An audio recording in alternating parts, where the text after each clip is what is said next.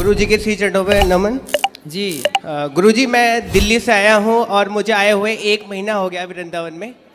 गुरुजी, कारण ये रहा कि मेरी जो धर्मपत्नी है मेरे साथ में है।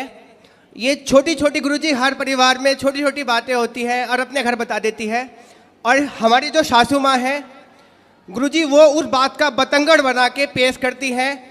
और जब बात होती है मैं इससे कहता हूँ कि कम बात कर, लेकिन मेरे पीठ पीछे ये बात कर लेती है। और जैसी ही बात होती है गुरुजी, बात का बतंगड़ बन जाता है। और गुरुजी, बात का बतंगड़ ऐसा बना कि एक दिन मेरे ससुराल पक्ष से पूरे के पूरे गुंडे लोग आए और गुरुजी मेरे घर में टीवी तोड़ गए, मुझे पीट गए। और गुरुजी, मेरे सिस्टर के बारे में अनाप शनाप बक के गए, मेरी फैमिलीज के बारे में अनाप शनाप बक के गए। गुरुजी, मेरे पापा आर्मी से रिटायर्ड हैं, समाज में उनकी बहुत प्रतिष्ठा है, बहुत नाम है। गुरुजी, मेरी सारी इज्जत, मेरे पिताजी की इज्जत गुरुजी पानी में मिल गई। मैंने दिल्ली छोड़ दी और मैं कभी गुरुजी दिल्ली में अपनी शक्ल नहीं दिखा सकता। मैं पेशे से योग शिक्षक हूँ।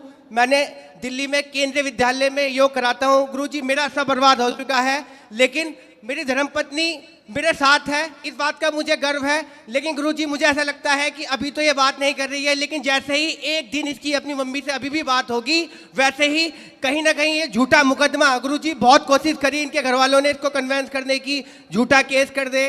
बात कराओ। राधे राधे गुरुजी। क्या नाम है आपका? नेहा। तो आप अपने पति को क्यों पिटवाना चाहती हो? मैंने नहीं पिटवाया इनको। फिर आपके ससुराल मायके वाले तो आके पीट गए इनको। कौन थे वे जो पीटने आए थे? कौन थे वो? क्या लगते थे आपके रिश्ते में? बताओ बताओ, उनको ही बताने दो। कौन थे वो? चाचा और पापा थे, आए तो बात करने के लिए थे। हाँ, फिर बताओ बताओ। गुरुजी, बात हुई, इसके चाचा ने मुझे फ़ोन किया और कह रहा नेहा से बात कराओ, आपने उसे मारा पीटा है। आप इनसे बात कराओ। बेटा देखो, पिता कब तक काम आएगा और चाचा कब तक काम आएंगे। तुम जरा जाके ससुराल अपने मायके में रहने लग जाओगी ना, तो 4 दिन बाद 10 दिन बाद तुम्हारी भौजाई, तुम्हारा भाई ताने मारने लग जाएगा। बाप जब तक जिंदा है तब ठीक है, पर एक दिन मरना तो सबको ही पड़ता है जी। फिर कौन सी भौजाई रह पाई अपने, कौन सी ननंद रह पाई आज तक अपनी भौजाई के पास कि तुम रह लोगी? तुम्हारा भाई है जी गुरुजी। तो भौजाई के साथ सदा गुजार लोगी जीवन? ताने मारेगी तुम्हारी भौजाई, आ गई अपने पति की तो हो ना सकी तो मेरी हो जाएगी। ऐसा ना बोले तो कह देना। बेटा, नारी का पति ही सब कुछ है ना। तुम्हारे पिता ने तुम्हारा दान कर दिया, कन्यादान, अब तुम्हारा पति ही सब कुछ है। और पति को अपने मायके वालों से पिटवाओगी, यदि ऐसा कुछ हुआ तो बहुत गलत जाएगा मैसेज। आप पति पत्नी दोनों खुश रहो, है ना। और आपको ना अपनी माँ, आज पता है जितने तलाक होते हैं, आप मानती हो इस बात को कि 95% तलाक लड़की की माँ की गलती से होते हैं? पता नहीं लड़की की माँ, लड़कियों से मोह भंग ही नहीं होता। जब इतनी बात करनी थी तुम्हारी माँ को तुमसे, तो फिर ब्याह ही क्यों किया? घर पे ही रखती अपने बात, दिन रात करती तुम बात, क्या दिक्कत थी? क्यों ब्याह किया फिर? रुको बेटा रुको, तुम लियो। इसका मतलब ये हुआ, आप मानती हो उस बात को कि बहुत सारी माताओं की गलती से, माँ की गलती से बेटियों का तलाक हो जाता है? जी। आप मानती हो? हाँ। उसमें से एक आप भी हो। आपकी जो माँ है ना, माँ कैसी होनी चाहिए? अरे माँ ऐसी होनी चाहिए कि पति पत्नी में लड़ाई हो तो माँ कहे कि बेटा ये तो सबके घर होती है, इस धरती पे ऐसा कौन पति पत्नी है जिसमें कभी लड़ाई झगड़ा ना हुआ हो? जी। सबके होता है। इसका मतलब ये थोड़ी कि माँ तुमको बोला आजा बेटा मैं देखती हूँ दामाद को मैं पिटवाऊंगी। अरे माता सती अपने पिता के घर चली गई थी, दक्ष प्रजापति के घर, और वहां पर देखा कि मेरे पति का अपमान हो रहा है, तो माता सती सहन ना कर पाई। एक अच्छी स्त्री वो होती है जो कभी अपने पति का अपमान ना करती ना कराती। वो कैसी पत्नी जो अपने पति को अपने पिता और अपने चाचा से पिटवाए? तुम्हारे पिता बिल्कुल धर्म का ज्ञान नहीं रखते क्या? अनपढ़ है क्या? अरे दामाद का पांव पूजा है, जिसका मंडप के नीचे पांव पूजा है, उसे मारने का सोच भी कैसे सकते हैं? थोड़ा रिश्तों में मर्यादा भी तो रखनी चाहिए ना बेटा। ऐसे थोड़ी को गुस्साई तो हाथ किस पे उठा रहे हैं ये भी तो सोचना चाहिए भाई। दामाद के पांव पूजे जाते हैं मंडप के नीचे, चाचा ने भी पांव पूजे होंगे, और आज वो चाचा आके मार के चला गया, तुम्हारे कारण तुम्हारा पति पिट गया, तो क्या ये तुम अच्छी नारी का परिचय दे रही हो? ऐसे रिश्ते नहीं बेटा। देखो, पति सर्वोपरि है। स्त्री के लिए बताओ, स्त्री के लिए माँ बाप भी सर्वोपरि है, माँ भी सर्वोपरि है, ठीक है, पर अब तो आपका विवाह हुआ तो पति सर्वोपरि है ना जी। फिर तो आपके पति के साथ आपके परिवार वालों ने सही किया कि गलत किया? गलत किया। फिर आपने बोला नहीं उनको? आपने बोला नहीं अपने पिताजी अपने चाचा जी को कि तुम्हें शर्म नहीं आई? कितने साल हो गए शादी के बाद? कराओ 3 साल होंगे अभी 14 नवंबर को। 3 साल में ही पति को कुटवा दिया। गलत किया ना बेटा तुमने। ऐसे समझा दो अपने पिता को और अपने चाचा को, बोले ये जो तुम्हारी ताकत हमारे पति को मारने के लिए लग रही है ना, ये दीन दुखी की सेवा में लगाओ, कुछ दीन दुखी को भोजन पानी कराओ। ताकत है। रावण जैसों की लंका जल गई बेटा। ताकत घमंड तो रावण का नहीं चला।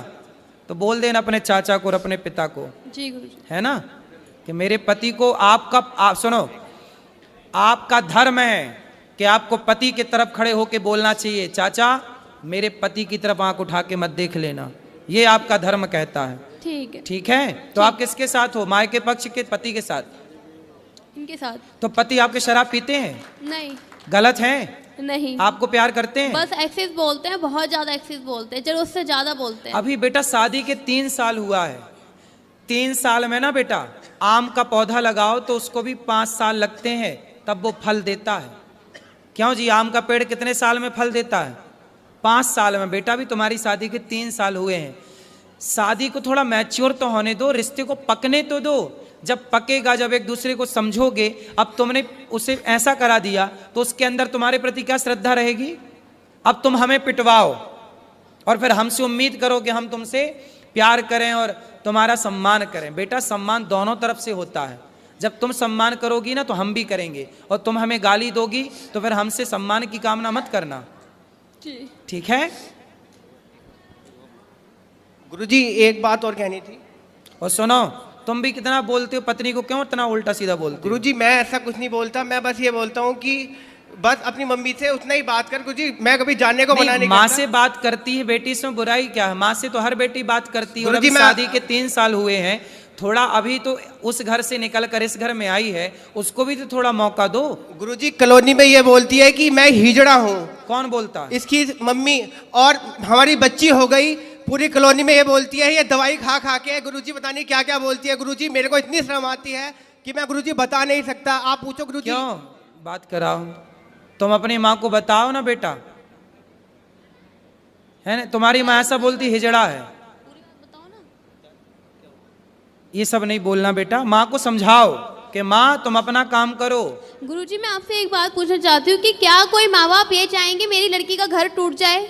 कोई बेटा माँ बाप नहीं चाहते गुरुजी। बेटा बहुत माँ बाप की गलती से ही टूटता है, ये क्यों नहीं सोच रही हो? नहीं वो बात आपकी ठीक है, लेकिन वो नहीं चाहते। कुछ ऐसे रीजंस रहे हैं, कुछ ऐसी बातें रही हैं कि उनको ये स्टेप, मैं मानती हूँ कि ये चीज़ गलत थी, उनको नहीं करना चाहिए था, ये बहुत गलत था, लेकिन मुझे नहीं पता क्या सोच के उन्होंने ये किया।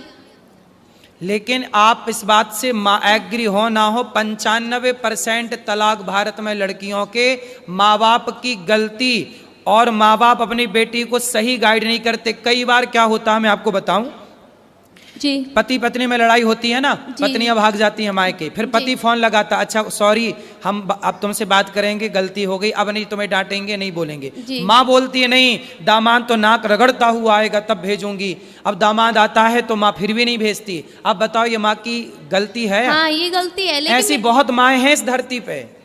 हैं गुरुजी, लेकिन कुछ गलतियां इनकी भी हैं। बिल्कुल ये भी होंगी, गाली देती हैं, इनकी भी गलतियां ये होंगी। भी गाली देते हैं माँ बाप को। भाई माँ बाप तो माँ बाप है ना गुरुजी, चाहे कैसे भी है लड़की के ही, लेकिन है तो माँ बाप ही। इनको गाली देने का क्या राइट बनता है? बिल्कुल। क्यों तुम गाली देते हो इनके माँ बाप को? गुरुजी वो दारू पीते हैं। कौन? और इसके जो पिताजी अरे हैं तो वो अपने पैसे से पीते हैं गुरुजी, तुम्हारे। दारू पी के वो गाली गलौज करते हैं अरे गुरुजी। तो करने तो कुत्ता भौंके, मैं- तुम मुंह में टेप लगाने जाओगे क्या? गुरुजी मैं पढ़ा लिखा शिक्षित और मैं योगा टीचर, मैं तो गुरुजी लोगों को ज्ञान और देता हूँ योग का, मैं अरे गाली भाई नहीं देता। तो सारा संसार दारू पी के गाली दे रहा है, तुम सबका ठेका लेके बैठोगे? गुरुजी मैं ब्लॉक कर देता हूँ उनको कि कॉल मेरे से बात ना हो, तो फिर वो ये बोलते हैं कि नंबर यहाँ ब्लॉक पे कर आप देता भी है। गलत हैं। सास ससुर को गाली क्यों दोगे? मैं- भाई सास ससुर पत्नी के माता पिता आपके भी माँ बाप हैं। जितने आपके लिए आपके माँ बाप प्रिय हैं, ऐसे उतने ही उस लड़की के लिए उसके माँ बाप प्रिय हैं। इसलिए हर लड़की को अपने माँ बाप से प्यार है, हर लड़के को अपने माँ बाप से प्यार है। इसमें बुराई क्या है? और आप कौन होते हैं उनके माँ बाप को गाली देने वाले? नहीं गुरुजी मैंने कभी स्टार्टिंग में कभी कुछ नहीं बोला। वो फोन करते हैं, बेटी से बात करा, मैं कराता हूँ, फिर दामाद से बात करा, और एकदम से अब शब्दों का यूज करने लगते हैं गुरुजी। कोई बात नहीं, वो भी तो तुम्हारे माँ बाप हैं। जैसे माँ बाप की 2 डांटें सुन लेते हो, सुन लिया करो। रिश्ते थोड़ा सहनशीलता से चलते हैं। 2 बातें तुम सुन लो, तुम काहे इतना हाइपर हो जाते हो?